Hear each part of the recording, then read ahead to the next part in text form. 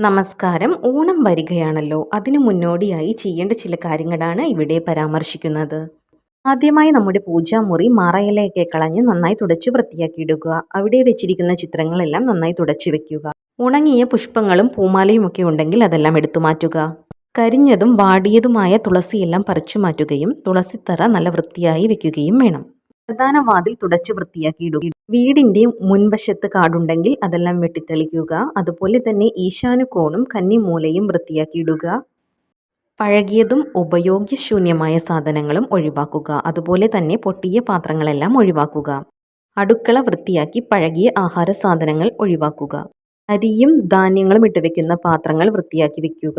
എല്ലാം വൃത്തിയാക്കിയ ശേഷം ഒരു പാത്രത്തിൽ കുറച്ച് വെള്ളമെടുത്ത് അതിൽ തുളസിക്കതിർ ഇട്ട് വെക്കുക. ശേഷം നിങ്ങളുടെ ഇഷ്ടദേവനെയോ ദേവിയെയോ പ്രാർത്ഥിച്ച ശേഷം വീട്ടിനകത്തും പുറത്തും തളിക്കാവുന്നതാണ്.